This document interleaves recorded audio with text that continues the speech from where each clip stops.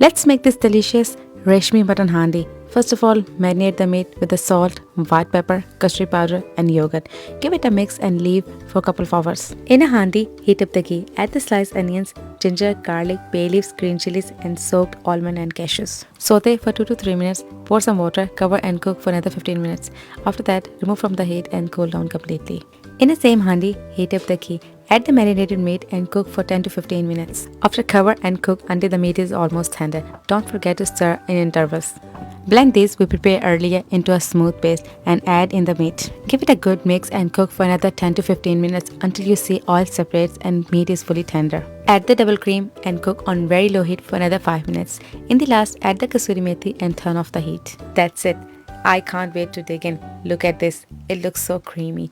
I'm serving in a small handi just like a restaurant style. Hope you like this recipe. Chase the flavors.